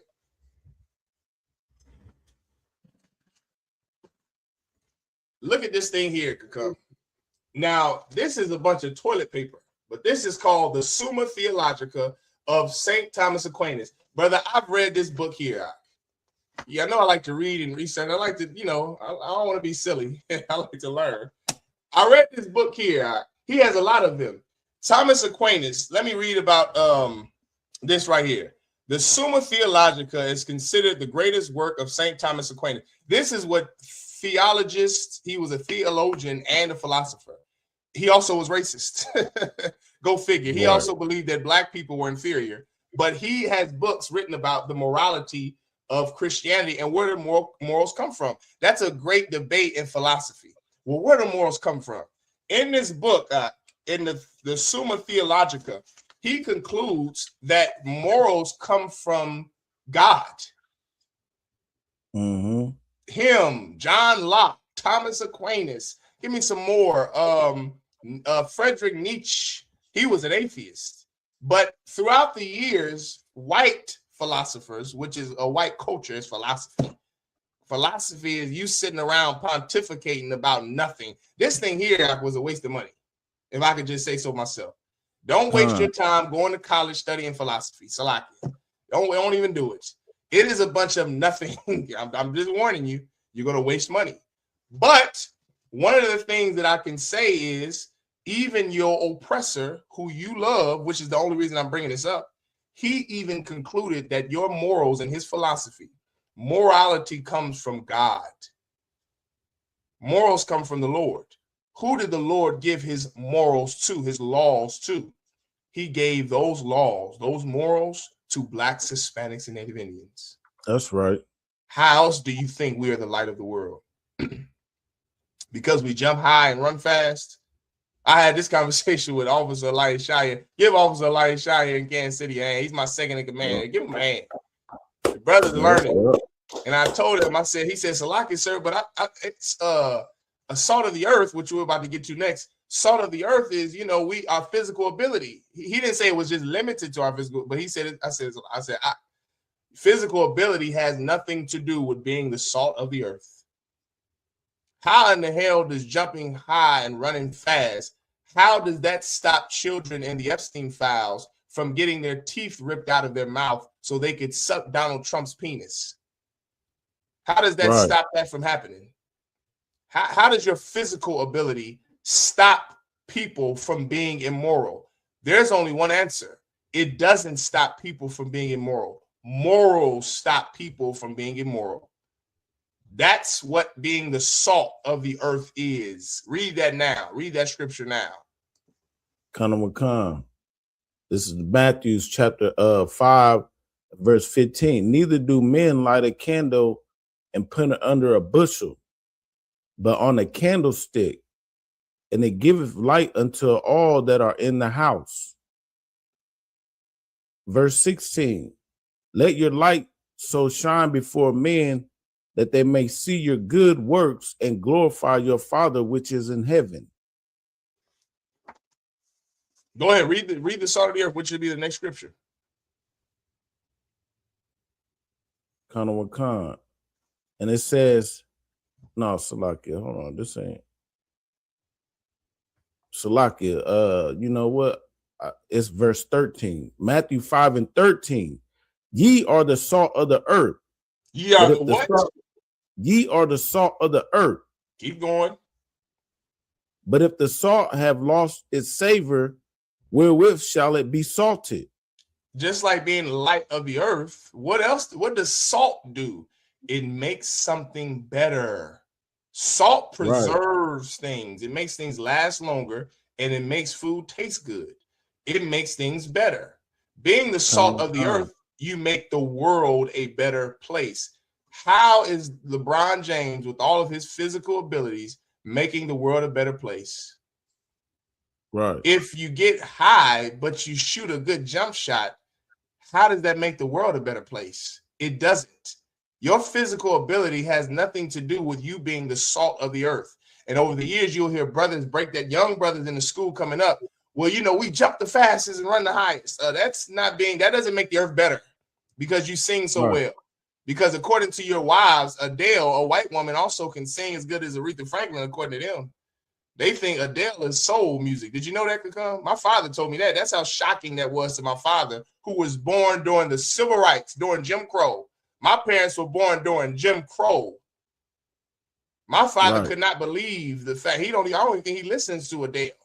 He was so shocked that they consider Adele's music soul because he grew up at a time when they still called our music colored music. They called it race music. That's what they used to call it, not color music. They called it race music. When Chuck Berry and Muddy Waters broke the scene, they called it race music. Rock and roll, Big Mama Thornton, they called that race music. My father was so shocked to come that they considered Adele soul music. He said something about it. He said they consider Adele soul because he grew up with Aretha Franklin. Aretha. Right. He grew up with Aretha Franklin, one of the greatest soul. She's the godmother of soul, the founding mother of soul. And he just could not believe it. I've learned recently, I got a wife. Black women like Adele. They like her music. They think she's a soul. They consider it soul. Kakumgabar, if Adele has a voice that can sing, wouldn't she be the salt of the earth? Exactly. If salt of the earth is your physical ability, then wouldn't Jerry West and Larry Bird, wouldn't they be the salt of the earth? Because they also can shoot a good jump shot. Wouldn't that be the salt of the earth to come? If physical ability is the deciding factor of who the salt of the earth is, won't white people be able to be included? Here's what white people aren't included in. They aren't included in receiving the laws of God. Neither are the Arabs, neither are the Africans. We are the salt of the earth because the Lord gave us his word. He gave us his law and his statute, and he has not dealt so with any nation. We are the salt of the earth because, let me tell you, let me hit you to something. If there were no blacks, Latinos, and Native Indians, the Epstein file would be nothing. Right. It wouldn't be an outrage against the Epstein files if it weren't for the morality of black people, the righteousness of Hispanics and Native Indians. You think white people have some chip that they possess where they could be moral? They don't have it. Arabs don't have it. Neither do Africans or Asians. The other nations that are on the earth are the beasts of the field. That's in the Bible, brothers and sisters. Christ even called that white woman a dog because even Christ knew these are animals. These people are animals. How did Rome fall? From moral decay. Moral decay. They didn't get wiped out from the Mongols. They didn't get wiped out from Genghis Khan. They didn't get wiped out from some existential threat. They got wiped. They wiped their own government out because they were immoral, Kakam. That's why one of the greatest empires that history recognizes failed, because they were just simply animals. They didn't have what you have. They weren't the salt of the earth. They weren't moral. They didn't have, don't eat pork, don't eat shrimp, don't have sex with white women, don't have sex outside of your race, don't eat food with blood in it, cook your food thoroughly, wash yourself, cleanliness. They didn't have laws against sanitation. They didn't have sanitation laws. Who does? The Israelites. Blacks, Hispanics, and Native Indians. That's who has God's law. That's who has his word and his statute. That keeps children from being unalived. That keeps girls from getting trafficked. Or else, who would give a damn about girls being trafficked if it wasn't for us? If this land was only white people, you could rest assured it would be like Rome and Caligula. This place would be Caligula. That's what it would be. How do I know? Because Caligula happened before. Because Rome happened before. And Greece happened before. That's how I know. Babylon happened before. That's how I know. Because throughout history, it tells you that these other nations fall because of their immorality. Their immorality. Finally, it could come. The white man who established America, they learned from their mistakes in Rome. They said, we got to have some type of law. So you know what the British did? Do you know what the original Americans did? They read something called the Bible. And they read the laws in Leviticus and Exodus and Deuteronomy and Genesis. And you know what they did, Kakam? They created the laws of America. That's what every Western civilization, say it again, Kakam. And like the Constitution, yes, all that, Yes. They read the Bible. They read our records, and they said, well, these people are moral. These people are not like us. So what are they doing that we aren't doing? Oh, I see. They don't eat babies. They don't eat children. They don't rape children. They're not PDF files. If it wasn't for us, every child in America would be groped and touched and unalived and thrown away like trash. We give the earth salt because of our laws that God only gave us. Now give it to me in Genesis 2:7. Show me in Genesis chapter 2, verse 7. This is where morals come from, young man. They come from the laws of God in the Bible. You would be an idiot to assume or think or pontificate that morals come from your own enlightened self. You hear so many white atheist nuts who try their best to deny the existence of God and deny the Bible. They try their best to say, well, atheists, you hear them getting battles with white Christians, and you would always hear the Christians say, well, then where do your morals come from? They got that from St. Thomas Aquinas. St. Thomas Aquinas teaches the modern day theologians how to battle with his summaries. This Theologica is a book of summaries, summations and summaries. He asks an objective, he asks a question, and then he answers the question using, what does St. Thomas Aquinas answer his questions using? The Bible. The Bible. And so white theologians, modern day theologians, what do? They just copy what his work, John Locke, all of them were racist, which is where Christian nationalism comes from. It comes from white philosophers of old, like St. Thomas Aquinas and John Locke. And so what happens is they ask these atheists, well, where did morals come from? Why is it wrong to unalive a child? Why is it wrong to grape a woman? And atheists are stuck. They say, well, morals come from yourself. Well, it can't come from yourself because Jeffrey Dahmer's morals, Jeffrey Dahmer loved to eat black men, gay men at that. Jeffrey Dahmer liked to put his rod inside of other men.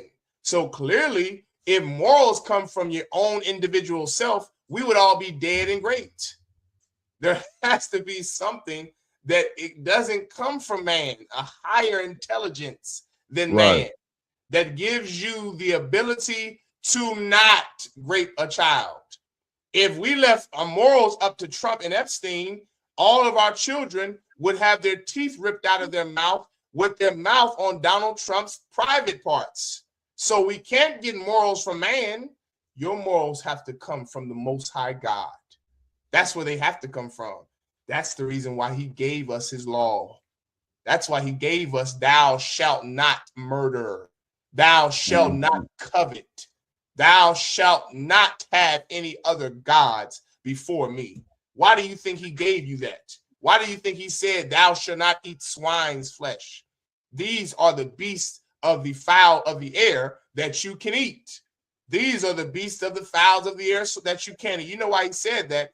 So that you didn't get bird flu, so that you don't have COVID-19 and the norovirus, so that you don't have the Black Death or the Black Plague, the bubonic plague, so you don't have swine flu. That's why when your wife is on her cycle, if a woman has an issue of blood, you are to be separate from her for a week, for 7 days. Why does the Bible say that? So you don't get food-borne illness.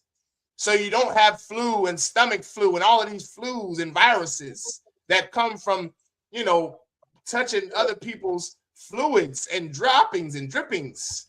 You don't have sexual transmitted diseases in Israel when you obey God. Now, this is a land that is full. This is a landfill full of every foul thing, every disease, every disgust, everything that's foul. This land is full of it because you don't obey God's law. You gave up God's law, black man, so that you could have sex with white women, so that you can be American, so that you could salute the flag, so that you can vote. That's what you gave up God's law for. How did that work out for you, Kakam? How did that work out for us? Read what you got out. Yeah, this is the book of Genesis chapter 2 and verse 7. And the Lord God formed man of the dust of the ground and breathed into his nostrils the breath of life, and man became a living soul. Ooh-wee. Man became living now. Dust. You gotta dust the dirt off your shoulder. I know y'all know that one. I know you're black. I know you know slang. Uh-oh, you had your background, part of your background fail, Kakam. Oh shit. I know you heard that one before. Throw the dust off your shoulder.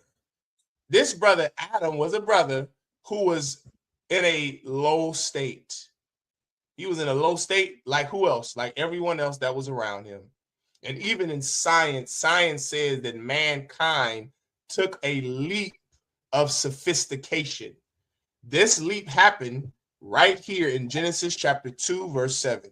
The Lord blew his breath of life. Does this literally mean that the Most High God came down from his throne and blew breath into dirt? This means that God gave man something. He gave Adam something. He gave him law. He gave him order. He gave him sophistication. Adam, now he went from being a rube, R-U-B-E, to being a brother who could become a lawyer, who could study law.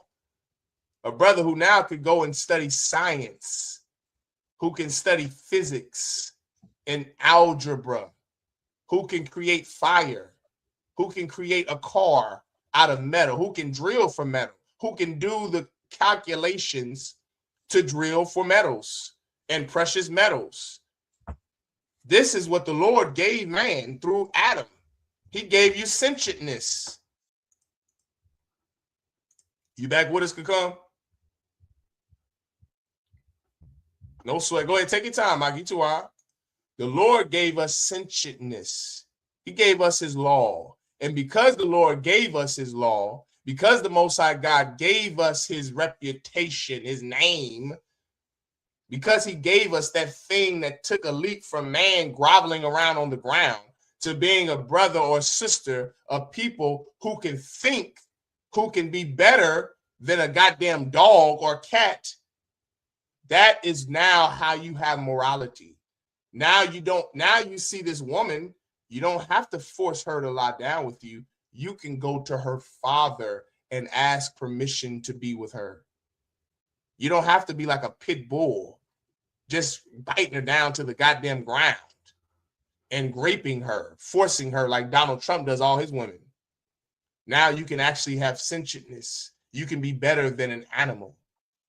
You can have sophistication. You can love something. You can love someone. Before us, no one knew what the hell love was. No one knew what brotherly love was, brotherhood. No one knew any of that. That's law. You know what love is and what brotherhood is because God gave it to us in his law. We didn't know what the hell is love. What does that mean? To value someone more than myself? To give my life for somebody that isn't myself? What is that? That's the law to do that. How else do you think you know what that is? You wouldn't know it if it was for the Africans or for the Greeks or the Romans or the other nations who came before Adam. You would have never known it. The Lord needed somebody to give this thing to. He gave it to Adam. Keep going, Kakam. Khan, this is the book of Genesis, chapter 2 and verse 7.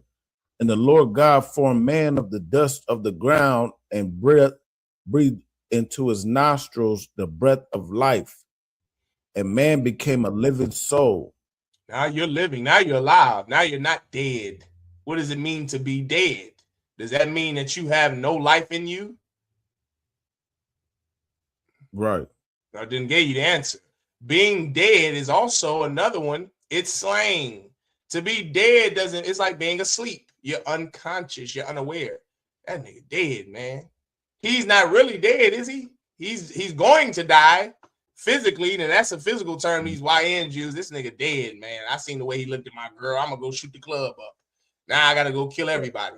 That's a dead. That's being unalived, right? But then there's the dead act that we are.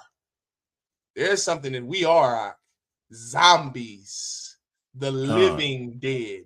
You're a zombie without the laws of God. You don't know. You had something you wanted to say, Kakam? Yeah, I was gonna say that's like in the book of Ezekiel, was it chapter 37? If I'm not mistaken, where Ezekiel says these are the valley of dry bones. Yes, and give him a hand. Can these bones live? Absolutely. Yes, absolutely. Kakam, well said. Yes, the Bible says in Ezekiel, I believe it is the 37th chapter. The book of Ezekiel says, can these dry bones live? He wasn't literally looking at dry bones. He was looking at a condition of a people. And we are in a condition of death. We don't even know how to live. The COVID vaccination came out. Black people were against it because you want to die. You're against life. You don't want to get off drugs. You don't want to go get mental help because you don't want to take that schizophrenia medicine. General Hyman talks about that all the damn time. You don't want to live. There's something in you that wants to die. Brother, the Lord overcame this by Adam overcame this by receiving the breath of life. He received something that everyone else didn't have the opportunity to have. And that was the obedience to God's rule. Now, guess what Adam had over everyone else? He saw pork and didn't eat it. Do you understand, Doc? He saw a clam and he didn't suck the clam juice out of it. He saw seafood boils and he didn't participate in the seafood boil. He saw a woman with a gigantic behind and he didn't go hit her over the head with a rock and take her vagina. He didn't go take that. He went to a woman's father. That's what he had the ability to do. I see this woman is gorgeous as all get out. She has big breasts and big behind. She looks nice. Maybe I want to inquire about her. Let me go and ask her father. Before Adam, you didn't have the ability. Man didn't have they didn't do it. They hit that big behind woman over the head and just raped her. The same way white men do today. With all of this Harvard and Yale and Oxford and all of their degrees and their years of study, they still don't know how to not behave like an animal. Let me tell you something, Mark. There's something fundamentally wrong with white people. That is the truth about them.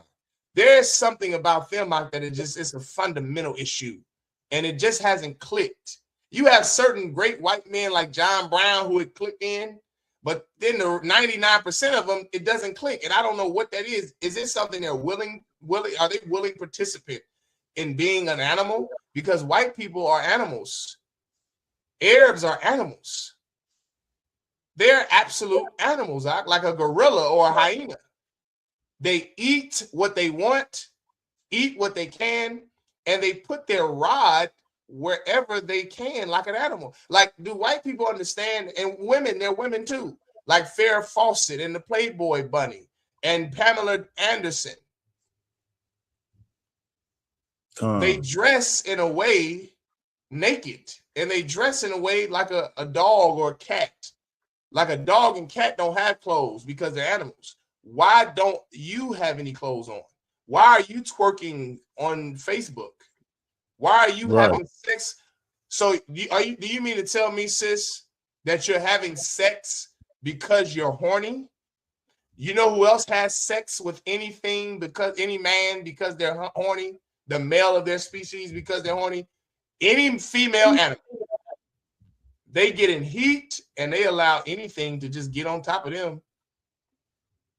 Right. Right or wrong, Cucumber Bar. Come. So do you mean to tell me that you're no better than an animal? That's the oppressor. That's the oppressor. Donald Trump is no better than a lion or a cat or a zebra or a dog. They're animals. They're brute beasts made to heal. The Lord made sure he chose a people who were not going to be animals, but the people God chose to be the salt of the earth gave away their inheritance so they can be like Donald Trump, so they can live like Farrah Fawcett and a white woman and the Playgirl Bunny. You gave up all of your glory and your grace so that you could be white. Your daughters want to be white whores. That's why they dress in booty shorts. That's the reason they dress with their breasts out. That's why they have sex with anything when they're in heat, just like a effing bitch. Just like a bitch, literally a bitch, a female dog. When a bitch gets in heat, any dog can put their rod in her. That's what you've become. Because I'm gonna come to you, because we've given up the inheritance we once had, which is the laws of God. That thing there keeps us from behaving like the other nations. Go ahead, come Salakia. No, Salakia, I didn't mean to interrupt. I was gonna say, because you mentioned how they wear the tight low cut shorts. Mm-hmm. Now, back in the day, they used to call them Daisy Dukes. Mm-hmm. You know what I mean? And that came from a white woman named Daisy Duke off of Dukes of Hazzards. And she would always wear the Daisy Dukes. That coined that term, and before that, you know, black women didn't really dress like that. You know what I That's mean? right. But now, and then you got what's his name, Uncle Luke. He came out with the song Daisy Duke song. Who's the girl with the Daisy Duke song? And that just came to mind when you brought that up, because that's where they got it from. They got it from our oppressor. Our oppressor. Listen, that's where we get every vile thing from, is our oppressor. How do I know that could come? How do I know that? Precept. You read it earlier. Show me that you were. Somebody online. Show me you were in class tonight. How do I know that we get sinful culture, the culture of being a whore and everything that goes against God? How do I know we get that from our oppressor? How do I know? Dukan, would you like to answer? Yeah, Khan, we read that in what was it? Leviticus 18. What does it say? Leviticus 18:3. It says, after the doings of the land of Egypt, which America will be spiritual Egypt. Yes, it is. Wherein ye dwelt, shall ye not do. That's how I know. Oh, Salakia, I was just going to tell you, that's the reason I know that every vile thing and act that we do, we get it from Egypt, from Babylon, from Greece, from Rome, from modern day Sodom and Gomorrah. After their doings, ye shall not do. We do after the doings of our oppressor. That's the reason why we're in the condition we're in. That's why. That's the reason why people like Epstein and Trump rule over you, because you want to be like Epstein and Trump, because you want to have sex with who you want to have sex with. It's no harm in having sex with a white woman, right? You want to go marry Maylene from the carryout like Jeezy? That's nothing wrong with that. Love who you love. I know who else loves whoever they love, want to love. Zebras and hyenas, animals, gorillas and bears. They put their rod in anything. A hole in the ground. Right. I think you can be better than that, brother. You don't need to love who you want to love. You should love who God tells you to love, because you have the sophistication and the enlightenment to do it. Unlike your pet pit bull. Go ahead, Kakam. You had something else you wanted to bring out? No, I was just saying Khan. Now let's go to you too, about. Now let's go to Deuteronomy chapter 28 and 49. Now show me that thermal. I think his name is Thurman Thistlewood. Show me that out. Yeah, so like every time I look it up, Thomas Thistlewood comes up. Yes. And then when I do look it up, it's a lot of read, but I did find a clip of an oppressor explaining some of the things that the book may talk about. I don't know if you want to hear his little commentary on it. Please, brother, there's a book about this. Is, if I could, the water could come. This is something also that I'm starting to notice. Have you noticed this? Like, I'm somebody, I like books, I like reading about history. I love history. War history, military history, Black history, Asian history. I love to learn history, and I got books about history. And I look at these books and the cost and the price of these books. And I noticed when I first came into truth the prices of these books, and I notice now the prices of these books. Have you noticed? If anybody else out there, don't just have to be Kakam and answers. Has anyone else noticed that these books talk about history, things that actually mean something, have really gone up in price? And I'm not talking about going up in price because of inflation or tariffs, because these are books produced in America. I'm talking about going up in price because maybe our oppressor wants to hide things from us. That makes me want to get that book out. There's a book about Thomas Thistlewood that is $101. That is an incredible amount of money for a few-page book about a slave owner. It's called Tyranny, Mastery, Tyranny, and Desire by Trevor Bernard. It's $101. Things like that makes me want to get that book. Because what is in that book? What is in these books that reveal all of the like, I guarantee you, if you look up medical apartheid in 1 year, 2 years, that book is going to be $500, just like the Russian icons. Brother, you can't find Russian icons for less than $1,500. When I came into the truth, you know how much the Russian icons book was? $36. $36. You will find bookstores giving it away for less than that. Used bookstores.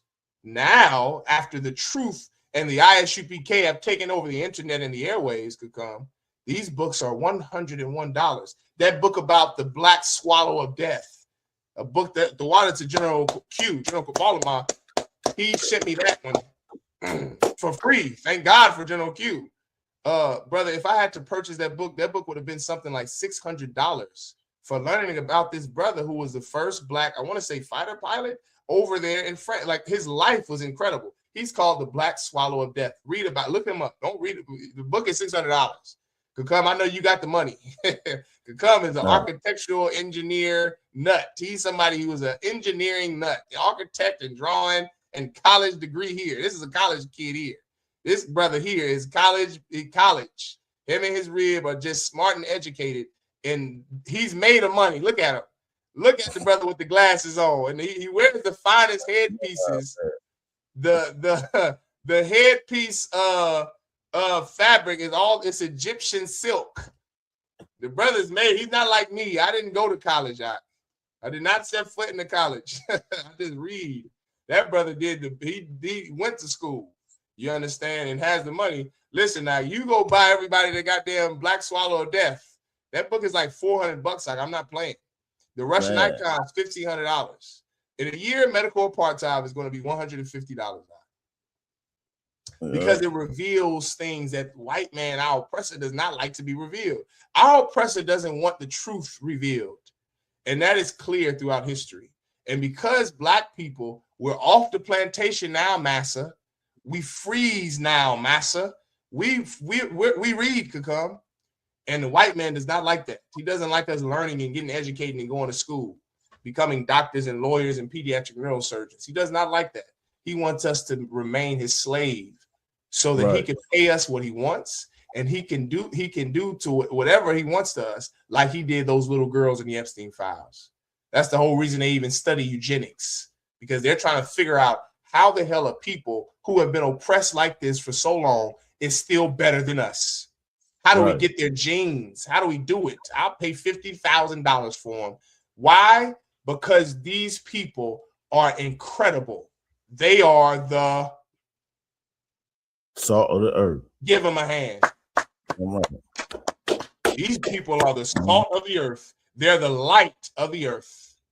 You can't keep these people down. These people in slavery become politicians, teach themselves to read like Benjamin Banneker, and create Washington, D.C. and design it. These people are incredible. We got to study them. That's eugenics. How do we keep these people down with, the devices of science and medicine, with the Tuskegee experiment and medical apartheid? How do we do it? We got to find out a way to keep these people. That's eugenics.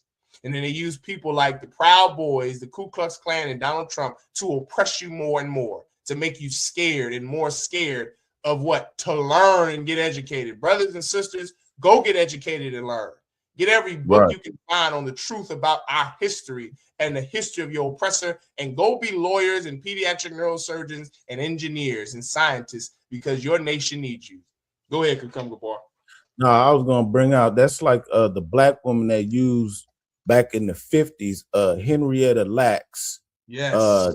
They had her cervical cells taken without consent in 1951, creating the HeLa cell line. And it was the first to reproduce indefinitely. And these cells, vital to modern medicine, enabled the development of the polio vaccine. So that's like all these so-called conspiracy theorists. They so scared of vaccines. Why do you think there's no one with polio no more? Yeah, right. You know what I'm saying? There's no more really kids don't get chickenpox no more. You know what I mean? And I had chickenpox when I was a kid, but hey, I'm almost old man now. You know what I mean? You still young, right? Right. Don't let General Muhammad hear you say you old. Don't let him hear you say that. Right? but you know what I mean? Like they ain't getting polio no more. You're not getting chicken pox, but they use this woman's DNA, you know what I mean, and research her to create all these, even when it comes down to HIV treatments and the COVID-19, even the COVID-19 research and all that. They use this black woman for that, you know, and that goes into what you were saying. Yeah. Most High in Christ, give him a hand. Damn right. That's study. That study is called eugenics. You understand? And that's what our oppressor have been doing. That inspired Hitler to do it to the Jewish man. Do you understand? Because he saw the eugenics program on the North American Indian.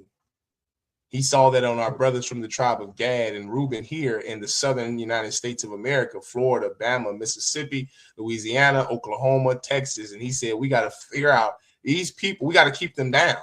And that's the mission of white people. What is black people's mission? To love white people. You see how backwards we are? Right. Our mission is to be like white people, to be equal to white people, love white people. Their mission is to oppress us, unalive us, hurt us, destroy us, rape us, kill us, unalive us. And we still want to love them, serve in their military, vote for them, vote in their politics, be like them, be equal to them, kiss them, love them, have sex with them, marry them, and raise their children. We are two manner of people. We're too loving, kind. These people that rule over us are in the Epstein files that starve babies and then eat them. Go back to what you have now. Oh, you said you found that article. Before you read the last scripture we have, go to Thomas Thistlewood. Yeah, kind of like I was saying, it was more so we're gonna hear what this oppressor's commentary on, because it's a long read. We can just hear what he say real quick on it. Yeah, kind Please of share the video if you could. We're using this for your discretion educational. is advised and fair use. All right. Hear this name in schools, not because it's a secret, but because it is too horrific to teach. Thomas Thistlewood wasn't a king or a general. He was a British slave owner in Jamaica in the 18th century. And for 37 years, he wrote everything down. Every rape, every torture, every mutilation in detail. His diary is one of the most disturbing documents in British history. Thistlewood started as an overseer, a middleman of brutality. He later bought his own land, enslaved dozens of people, and never returned to England. But what makes Thistlewood different isn't what he did. It's that he wrote it all down. In his diary, Thistlewood recorded 3,800 instances of rape. And it wasn't hidden. It wasn't ashamed. It was documented. On January 26, 1752, he wrote, gave Pibea a good cut whipped, then gave her a good dose of salts. Pibea was an enslaved concubine. She had no way to refuse. Their so-called relationship is cited by some historians, but it is rape over decades. And then there were the punishments. On May 26, 1756, he wrote, Darby catched eating canes, had him well flogged and pickled, then made Hector shit in his mouth. He called it Darby's dope. And afterwards, he had the man. You about to say something? No, I want you to play the whole thing. I want to hear what everything he's saying. I just saying, that's just this is a disgusting race of people that rule over us. Right. Gagged for hours. This wasn't instances of rage. This was just policy. He had salt rubbed into people's wounds. He had ears nailed to post, and he burnt people with hot wax. And all of this was to maintain control over people harvesting sugar for British profits. Thistlewood was never punished. He was never shamed. Kakam, can you hear me? I think the brother froze up.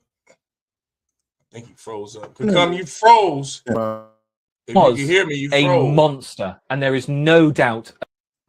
But he also was not an exception. And this is where we need to be careful. A lot of people want Thistlewood to be an outlier, an outcast, but he simply wasn't. But historians like Vincent Brown and Trevor Bernard warn us. What Thistlewood did, the system allowed and encouraged and required. And the horror really isn't that he existed. It's that he thrived. Yeah, go ahead. You can stop now, brother. That was one slave owner. You understand? That was in the Yes, West sir. Indian Islands of Jamaica. Can you hear me? I can hear you clear, Con. Yes, like I can't hear you for some reason. Is Hold anyone on. else having trouble hearing me? Let's see. Oh, let me see. Say something again. Can you hear me? I can't. I still can't hear you. Salaki, I sound fine on the recording. I heard myself just now on the record live. Probably on my end. It's probably on my end. Say it again, Kakam. Can you hear me, Ak? All right, the brother's having some technical difficulties. All Put right, a 1 in the chat if y'all can hear him. Yeah, put a 1. I can hear Kakam. I can hear you clear, but I cannot. You saying you can't hear me? I can hear you. Right, the brother's just having some technical difficulties. All right. Let's move on. So you have this plantation owner in the West Indies named Thomas Thistlewood. The video Officer Kakam just played, brother. That's what that oppressor who was doing the video said. He said that this is just he's not an outlier or an outcast. This was normal. That is what oppressors did. That is what slave masters did. Kakam, can you hear me now? Kakam Gabar, can you hear me? I don't think the brother.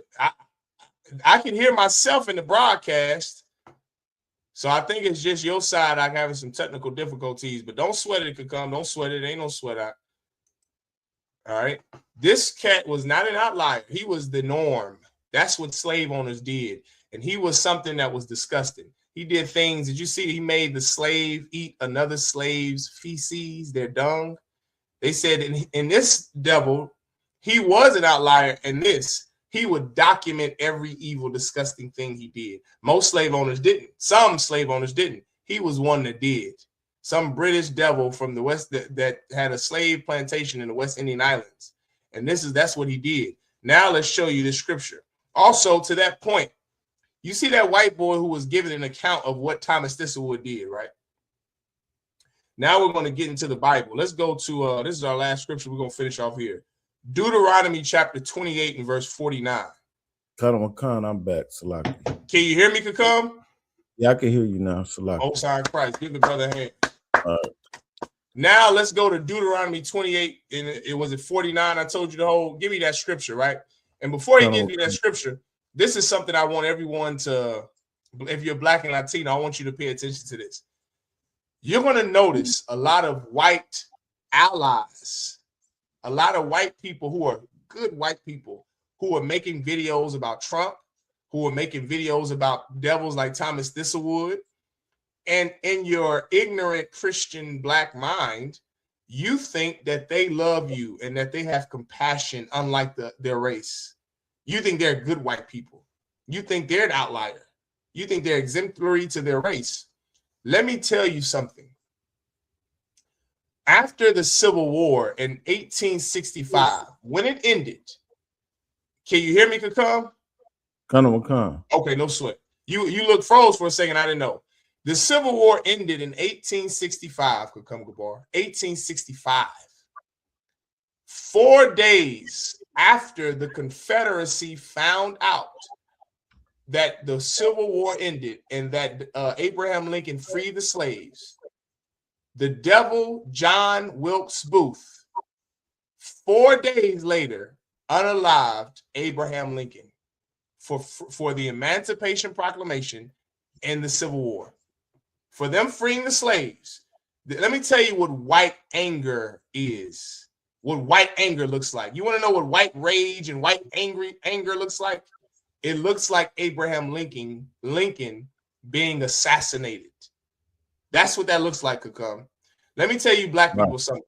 If white people were really angry about the Epstein files, there would be no Donald Trump. There would be no, all the devils who were in the Epstein files, Weinstein, Trump, there would be no Bill Clinton. They would do to them what they did to Abraham Lincoln.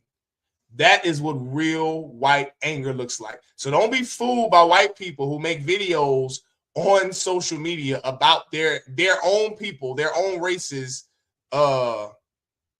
crimes against humanity. They're making videos to get money off of social media. I just wanted to put that disclaimer out there. I wanted to hit black people to something so that you can be warned against an enemy that is cunning. The white man is cunning, and if you allow him to be, he will lie to your face if you allow him to, and he will make you feel what? Compassion for him. He will make you feel sorry for him. You will look at the videos of all of these white social media creators and content creators, and you will say, well, that's a good white woman. She's bringing out the crimes of Epstein. Brother, that white woman is bringing out the crimes of Epstein because she gets paid every month from Facebook for getting so many followers and views. These white people, if they were really angry, they would do to Trump and every white man that was in that Epstein files what they did to Abraham Lincoln 4 days after finding out about the Emancipation Proclamation. Does everyone understand? Now, knowing that, read what you got out. Khan Wakan, this is the book of Deuteronomy, chapter 28, and verse 49. The Lord shall bring a nation against thee from far, from the end of the earth, as swift as the eagle flieth, a nation whose tongue thou shalt not understand. Verse 50. No, read that again from the top. Read that again. Keep going over that one. That's what you want. The Lord shall bring a nation against thee from far. Brother, there's a nation that is coming from far to be over. This is a prophecy in the Bible. Here's another thing you don't want, a huge mistake you can make being a young brother or sister in the truth. Here's what your fake Israelites say too. Don't ever say this.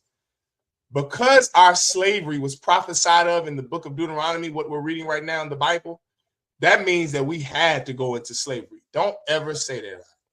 Ever. You will get cut, and you show that you have no understanding of a prophecy or the Bible. Because the Bible says that we will go into slavery again with ships, that doesn't mean that we had to have gone into slavery with ships. How do I know? Because the Bible says, if you don't hearken unto the voice of the Lord, this is going to happen. That's another mistake that you can make. Well, slavery had to happen because it was in the Bible. No, dummy, it didn't have to happen. We didn't have to go into slavery again with ships. We didn't have to be ruled over by these evil, disgusting PDF files that are in the Epstein files. We didn't have to do that. We did it because we didn't obey God. That's why. We had an option to not go into slavery with ships. We could have been free from slavery. We could have ran the world if we had listened and obeyed the Most High, to the Most High God, our God. If we would have obeyed the Lord, we would not have been into slavery with ships. Because this is in the Bible doesn't mean that it has to happen. It's warning you. That's what this is. This is a warning to the children of Israel of what is going to happen to your children, your posterity, if you get high, if you vote, if you love nations outside of your own, if you have sex and marry races outside of your own, if you are a liar and a thief and an unaliver, this is going to happen to your children. You don't have to suffer this. You don't have to go through this. This is what's going to happen if you don't listen to Commanding General Yahanna. This is what's going to happen if you don't get your behind in the I.S.U.P.K. This is what's going to happen to you. That's what this is, a warning. That's what that prophecy is saying. It's not saying that you have to go into slavery. Well, we was the only people who could have went into slavery. We the only people, we would have went into slavery anyway because it's in the Bible. No, dummy. You went into slavery because you got high and you sold drugs and you had sex outside of your race. That's why you went into slavery. Not because God said you must go, because you didn't listen to your God. That's why we went. Read it again from the top, Kakam. Khan, Deuteronomy 28 and 49. And the Lord shall bring a nation against thee from far, from the end of the earth, as swift as the eagle flieth, a nation whose tongue thou shalt not understand. The Lord is going to bring a nation of as swift as the eagle fly. He's swift in his death, his judgment. This oppressor act doesn't waste any time to put you to death. He's swift with war and lies and lasciviousness and sin and disgusting evil behavior. He's swift in his evilness. He's swift in his wickedness, his unaliving. He's swift. And this is a nation whose tongue you won't understand. We didn't understand Spanish before the Spanish enslaved us, before the Romans or the Greeks or the Europeans, the British enslaved us. We didn't understand what the hell Thomas Thistlewood was saying, but he did make us eat feces, and he was swift in doing it. These are animals. These people are animals. I showed you Thomas Thistlewood to show that Epstein is nothing new. He's not an outlier, He's not an outcast. Epstein did what the rest of his race of people do: be disgusting, vile bastards. Jeffrey Dahmer, Epstein, Trump, Bundy, the clown killer, John Wayne Gacy, Brutos, Ed Kemper. These are devils who just are following in their forefathers' footsteps. They're doing what they know to do. Follow their base nature. They don't know how to be civil. They don't know how to have mercy. They don't know how to have compassion. They're fierce. They're swift as the eagle flieth. Keep reading. Kanawakam, verse 50. A nation of fierce countenance. Say it again. A nation of fierce countenance. A nation of fierce countenance. Keep going. Which shall not regard the person of the old, nor show favor to the young. They don't give a damn how old you are. They will grape a 90-year-old woman. They will grape a dead body. They will grape a newborn right out of your womb. They don't give a damn about age of consent. The only reason there's an age of consent is because blacks and Hispanics dwell here. If we never lived here, your babies will be getting raped. Oh, wait, they already do. They do. Because this is a nation of fierce countenance who doesn't regard the young or the old. They don't care that they lock up. The ICE agents are killing, unaliving, and locking up abuelas that can barely walk, abuelos that can barely walk, children. They don't care that they arrest a 5-year-old child just so they can arrest his daddy. They don't have compassion. They're animals. A lion doesn't care when he kills a baby gazelle. You think the lion is like, oh, this is a baby. Only a people who are the salt of the earth can do something like that. Only the salt of the earth can have compassion like that, can have care like that, can have sympathy or empathy like that. A nation of fierce countenance cannot. These are bastards that rule over us like animals. And the only way that we will rule over them is if we obey the laws of God. Kakam, you had something else you wanted to say? Loud, sir. With that, I pass the class over to Priest and Officer Kakam Gabar. Damn right. Yeah, this is the I.S.U.P.K, the security announcements. We the I.S.U.P.K started at 1 West 125th Street, Harlem, New York, for a rule for new brother and sister. When a brother or sister comes into the school, they are off limits for 6 months. They're here to be saluted only, and they are here to shed themselves for the world. If they need transportation, the teacher will arrange it. And after that 6 months period, if a brother or sister has an interest in a particular person, he or she must get permission from the head to speak to a brother or a sister. There's another 6 months in which the brother and sister will court one another. And after this 6 months period, the brother and sister will get permission from the head to marry. Tithes, that is a commandment. You can find that in the book of Numbers, chapter 18 and 21. The book of Malachi, chapter 3, 8 through 10. That means the 10th in the Hebrew, and that's ma'asharah. That's 10% of every penny or increase that the Lord gives you. You can give that to the Treasury Department or to the teacher. A priest fund or free will offering for a priest is not mandatory. That's whatever amount you would like. And upcoming holy convocations, we got the the Feast of Purim. You know, that's March 2nd and March 3rd at sundown. So definitely, you know, if you need any more information, holler at your camp leader.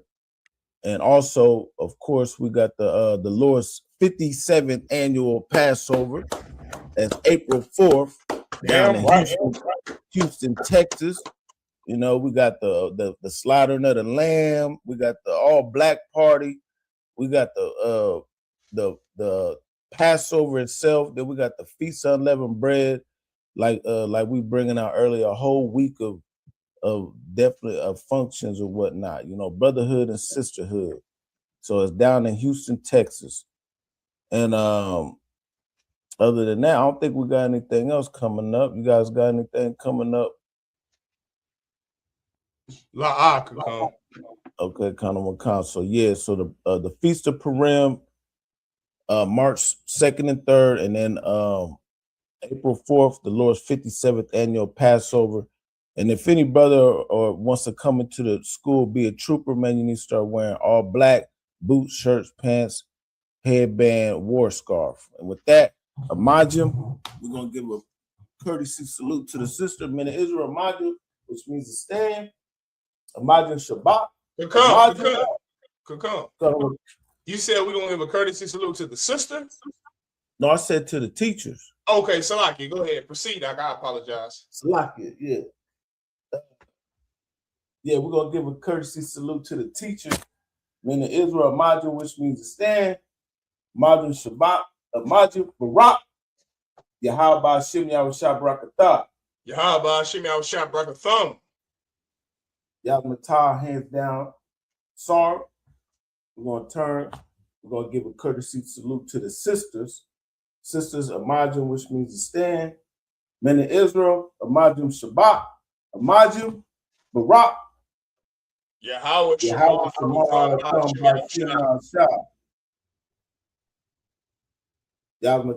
class dismissed.